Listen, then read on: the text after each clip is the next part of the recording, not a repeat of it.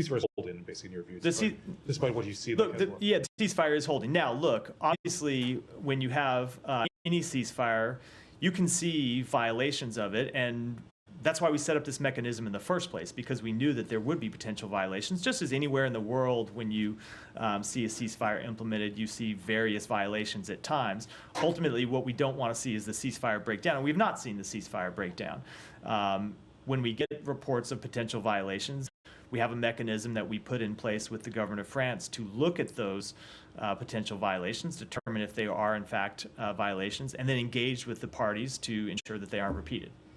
Have you determined whether there are violations, that there have been violations over the past This days? is work that's ongoing through the mechanism. I think it's appropriate for me to let that mechanism do its work privately and speak to the parties before I talk about the results of that work on the podium here. And I should add, it's not just, that's also the case because this is not just it's not just the U.S. that is a participant in this mechanism. The government of France is as well. So engage with our partners about these reports that of violations. almost raised violations with the Israeli government. Can you say whether those were adjudicated or just concerns of potential violations? I'm not going to speak to those reports other than what I've already said, which is we take all of them very seriously, and we work through the mechanism that we set up to adjudicate them. And ultimately, if we do see violations of the ceasefire, we'll go to the parties and tell them to knock it off. We want to see the ceasefire hold. We want to see it be successful. We want to see people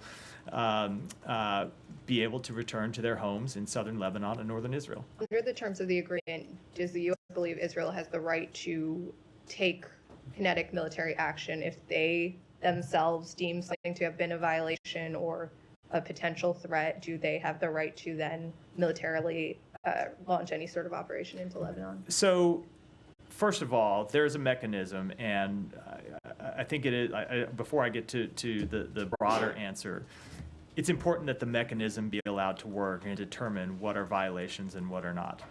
But every country, both Israel, every country, that includes Israel and includes Lebanon as well, has the inherent right to self-defense under international law. That was a fact before the implementation of this ceasefire agreement. It remains a fact that all countries have the right to self-defense under international law.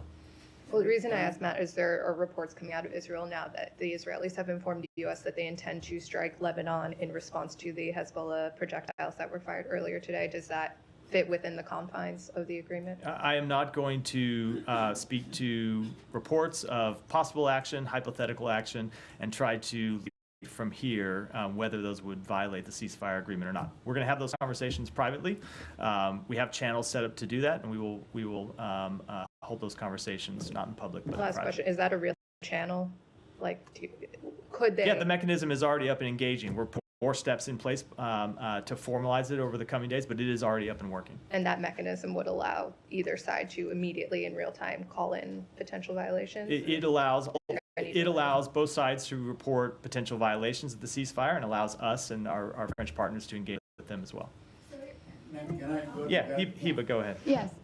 So what's the difference then between now and after 2006? If what you are asking the parties to report to you instead of stopping what's happening, it's just we will have another round. Since the ceasefire was brokered, we saw multiple violations, and today now Hezbollah 1 hour ago he said that is responding to the Israeli that because of what he called violations. So what's the difference now? Are we going back to October 6th? Let me just say, that I don't think it is a little too early to make predictions about what's going to happen going forward. We are less than a week into the implementation of this ceasefire.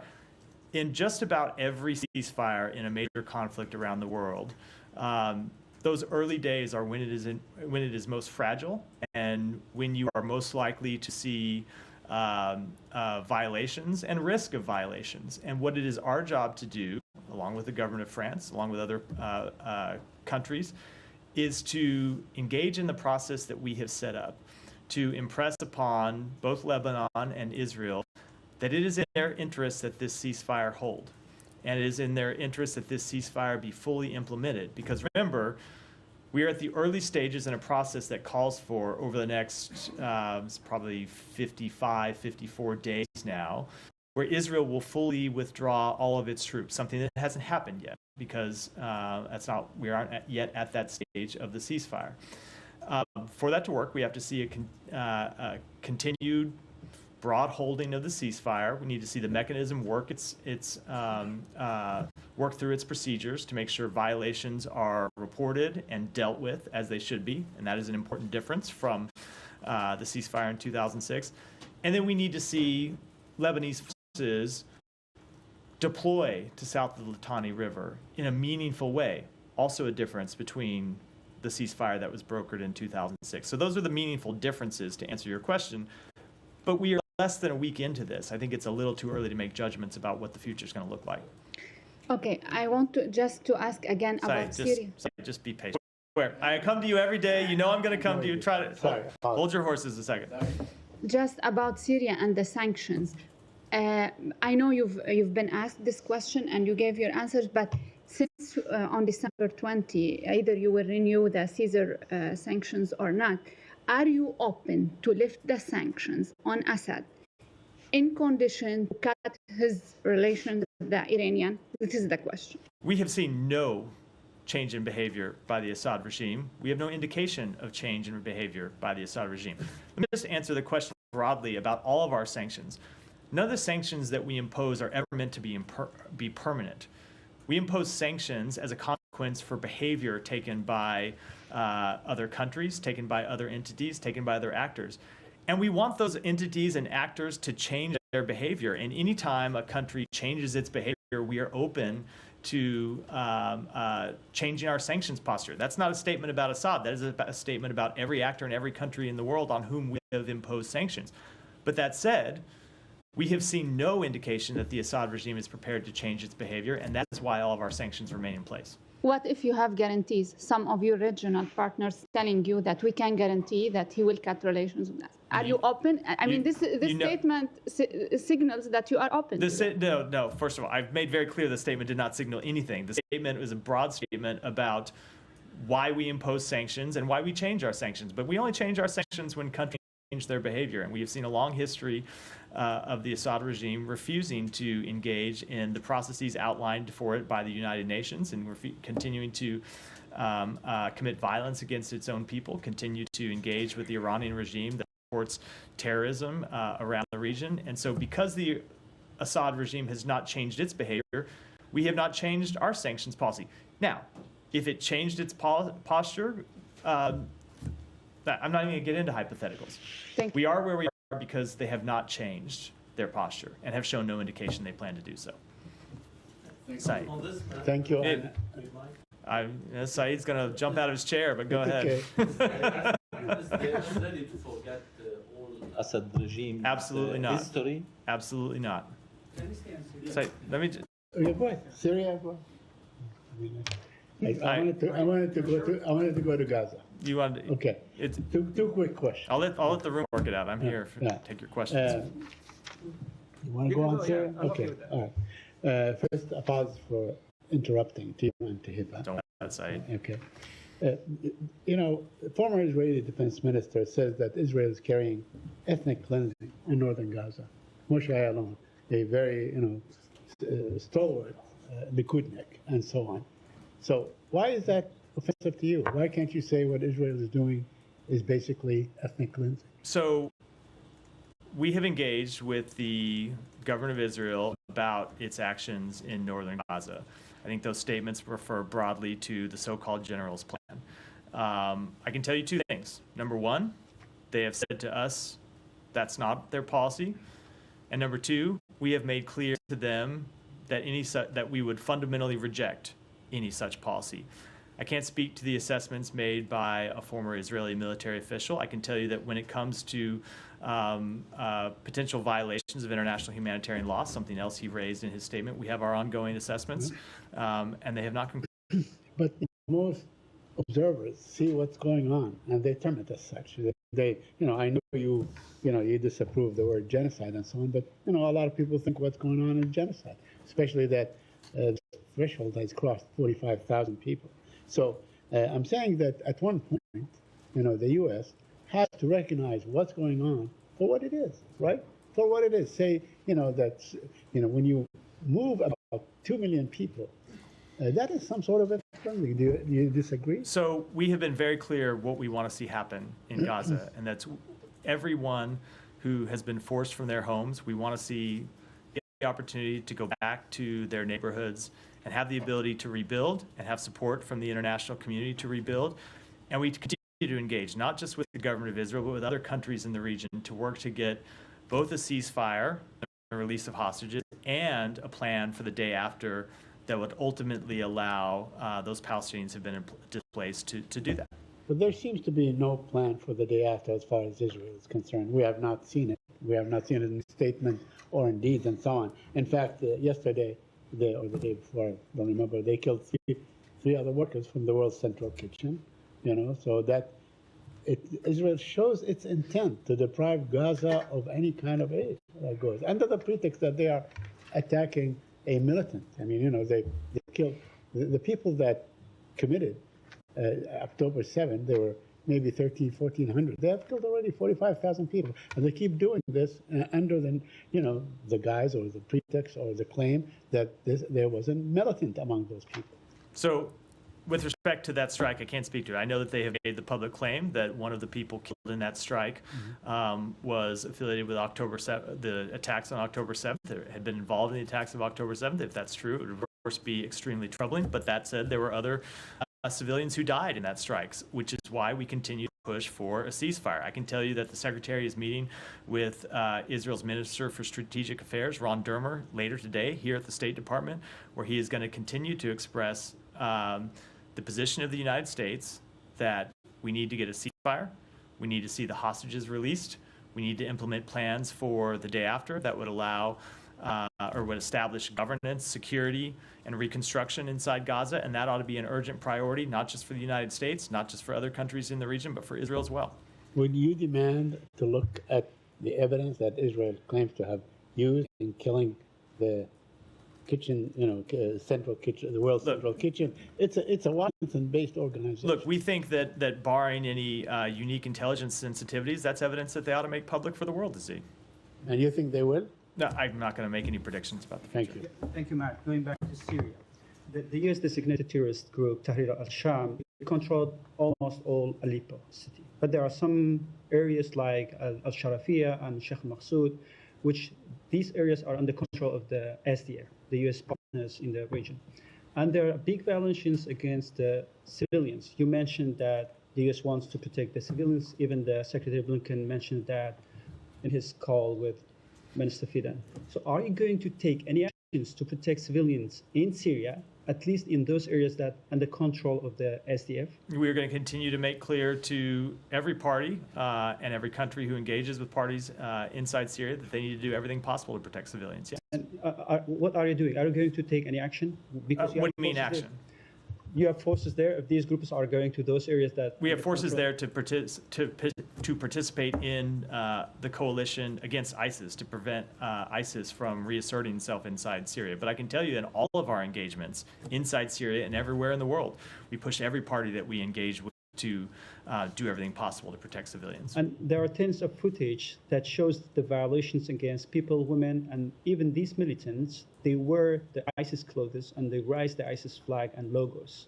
So don't you see them as a future security threats on the region and the U.S. interest in the region? I don't know what video you're referring to, so I can't comment to it. I Thank can't you. comment on it from here. Alex, go ahead. Thank you, Mark. NATO. You mentioned Secretary will underscore support for Ukraine's NATO path. President Zelensky just yesterday, day before yesterday actually, renewed his call for NATO invite. What could that take, for Ukraine to get that wish this week? NATO is on the path to, Ukraine is on the path to NATO, and NATO is on the path towards Ukraine's inclusion.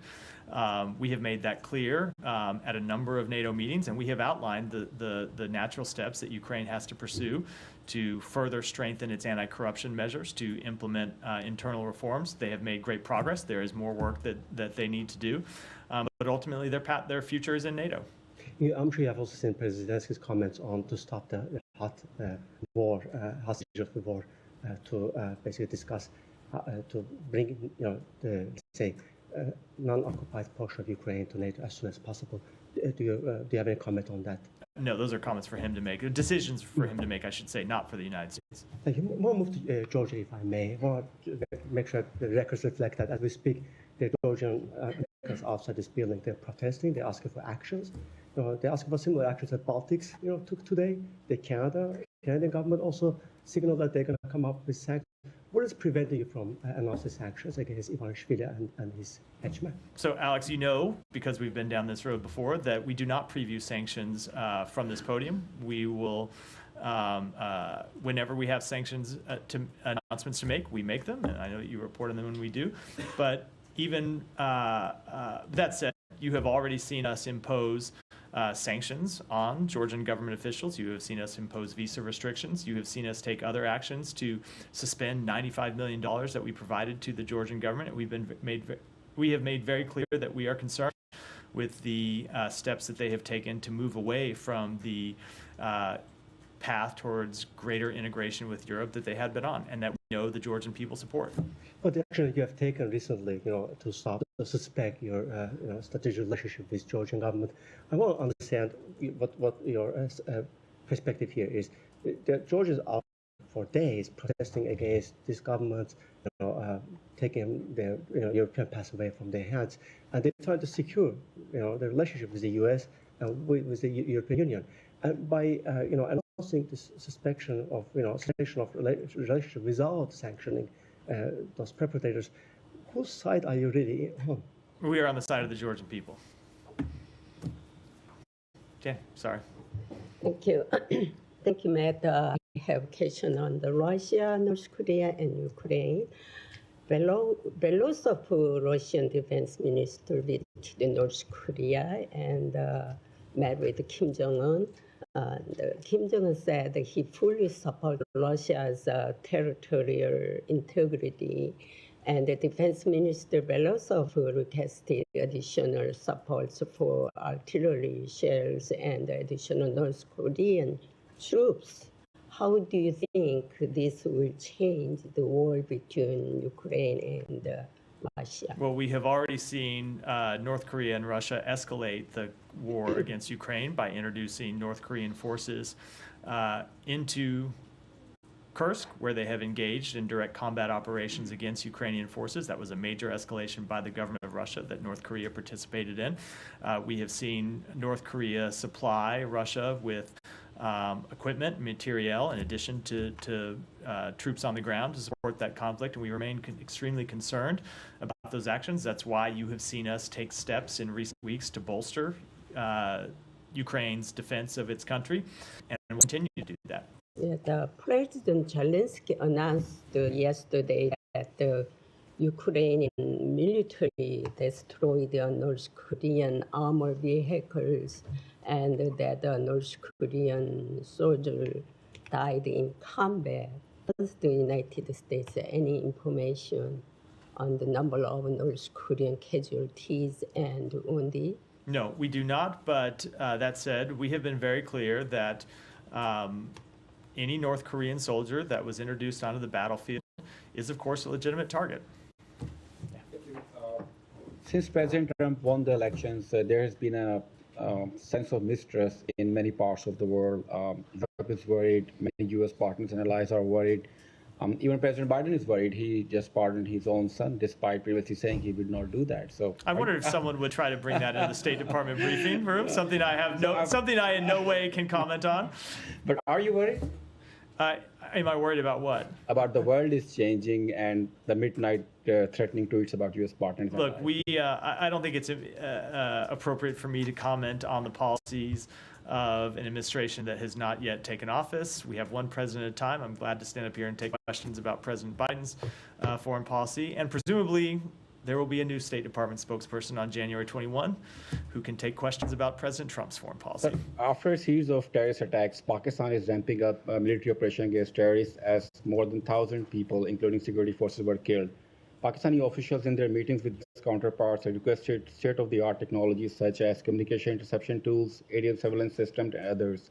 Is the current administration going to provide these tools to Pakistan before the transition? Look, I don't have anything to announce at this time, but as we have said many times, we continue to stand with Pakistan in its fight against terrorism and violent extremism. The Indian External Minister Jaishankar recently met with Secretary Blinken in Italy. That was the first meeting following the indictment of businessman Adani and an Indian agent allegedly involved in murder plot against 6 activists. Is there any discussion on that?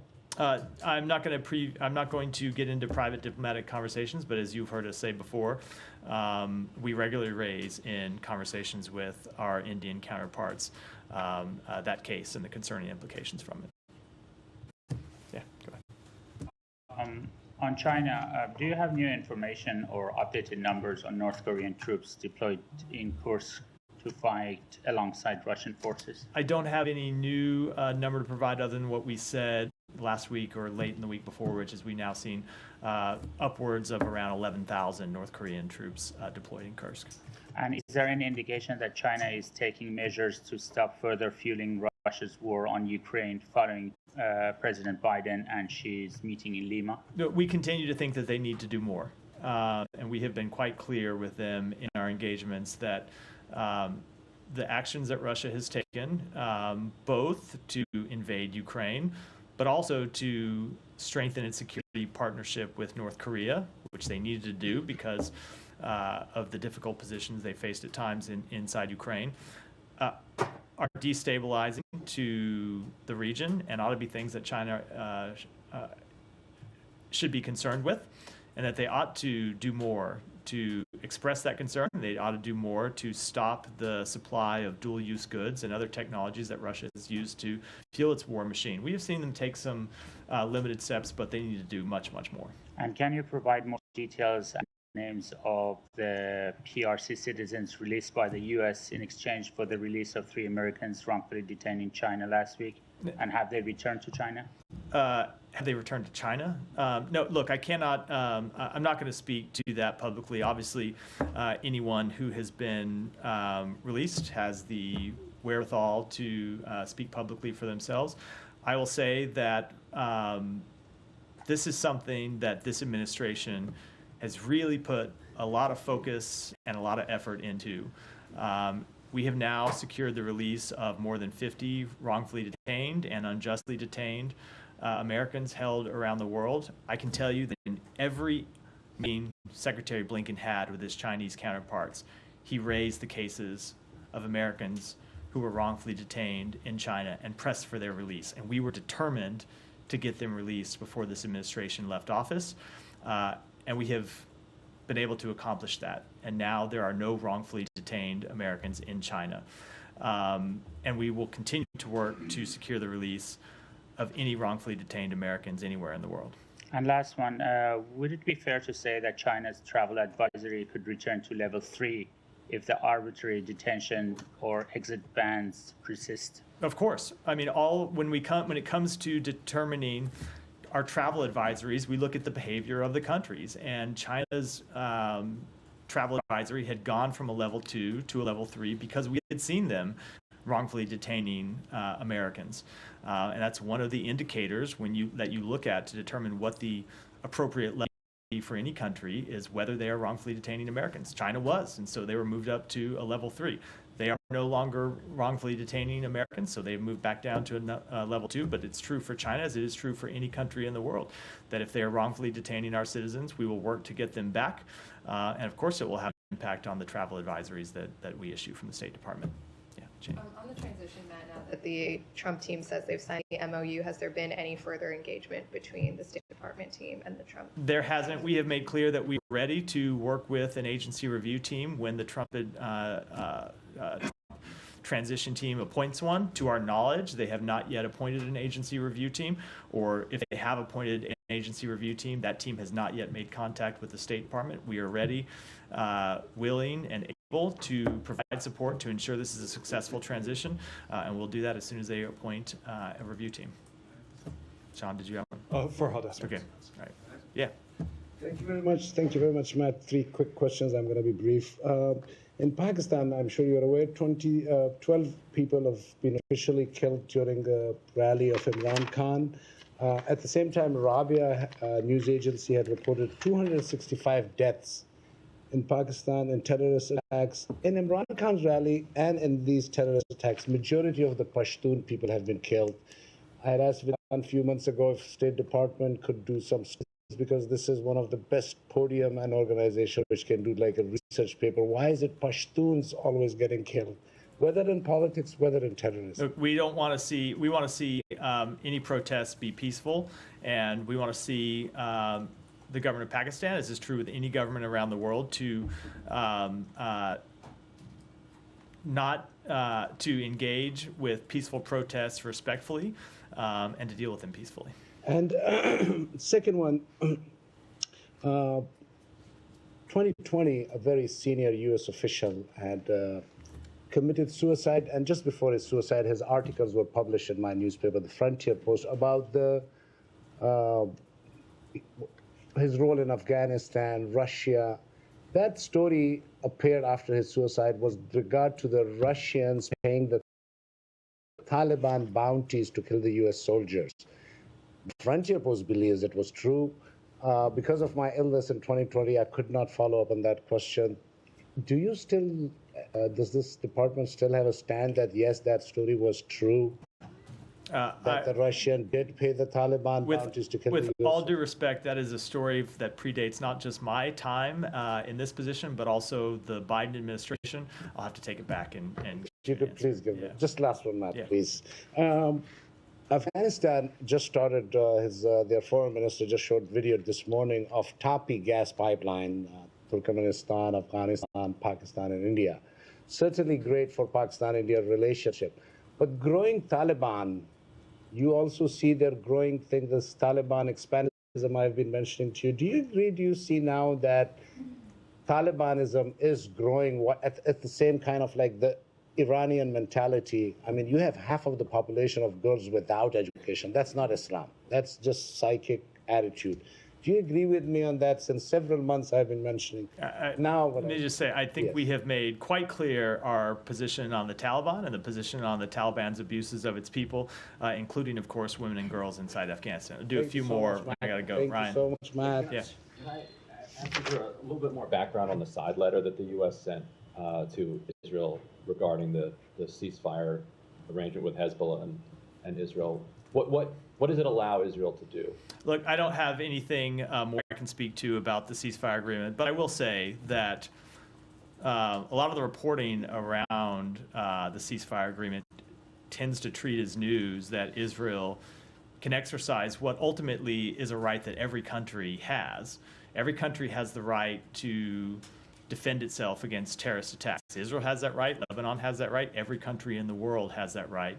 And they have that right under international law. But the United States often characterizes Israeli attacks as defense. France says that Israel has violated the ceasefire 52 times at this point. But if they're just recouched as Israel defending itself, is Israel allowed to continue to attack Hezbollah as long as it says that was self-defense, that was self-defense? Look, as I said in response to questions earlier, we have a mechanism that we have set up to look at these exact questions and to look at reports of ceasefire violations and to determine whether, in fact, they were violations of the ceasefire, whether, in fact, if an incident was in some way justified because somebody had come under the threat of harm.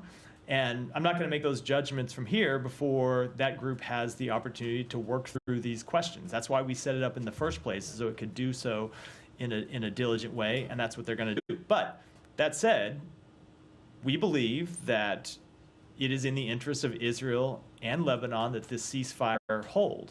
Remember, when you look at it from Israel's perspective, the 70,000 Israeli citizens that have been forced from their homes don't get to return home if the ceasefire collapses. So it is very much in Israel's interest to see the ceasefire hold, and we're going to continue to press them to adhere to it. Would there be any additional consequences from the U.S. if Israel was determined through this mechanism to have broken the ceasefire? I'm just not going to get into hypotheticals from here. Go ahead, and Thanks, we'll end it there. Yeah. First housekeeping question. Shortly after the ceasefire was announced, the UAE's national outlet published what it said was the ceasefire agreement. Was that an accurate representation? I'm not going to speak to that publicly. We often see outlets report on various documents, sometimes that are final drafts, sometimes that are drafts along the way, but I'm not going to confirm. Is it not in the public interest to make sure everybody's towing the line to actually see what was agreed We have a vigorous monitoring mechanism in place to ensure that everyone toes the line, and we're going to enforce it. Last question, the correspondent banking agreement between Israel and the Palestinian Authority. Minister Smotrich said that he got a guarantee from the U.S. that they wouldn't take any further action at the Security Council against Israel. Were there any agreements, were there negotiations in place to get this correspondent banking agreement extended for a year? So we had really intense discussions with the government of Israel about extending this correspondent banking agreement. Much more intense conversations than should have been necessary. Obviously, the revocation of this agreement would have had disastrous effects for Palestinians in the West Bank. But the point we kept impressing upon the government of Israel is that it would have had disastrous implications for the Israeli public as well. It's not in Israel's interest to see further instability in the West Bank. It is not in Israel's interest to see the economy of the West Bank collapse. So it's incredibly frustrating that it took this long to get the government of Israel to extend this agreement for the year that it now did, something they should have just done through the regular course of business without any, let's call it, intense diplomatic efforts by the United States. Now, that said, with respect to the United Nations Security Council, we will continue to look at every resolution that comes before the United Nations Security Council and judge whether voting yes, voting no, voting abstaining is in the interest of the United States, and we will make our judgments based on that and nothing else. Last question, Yoav Gala, any meetings planned at the State Department for him this week? I don't have any to announce. As I think you know, I announced at the beginning of the briefing, Secretary Blinken is leaving tonight, so he won't be here the remainder of the week. I don't know whether he's meeting with other officials at the State Department while he's here. With that, I'm late for a meeting, so I got to wrap for today. Thanks, everyone. Thanks.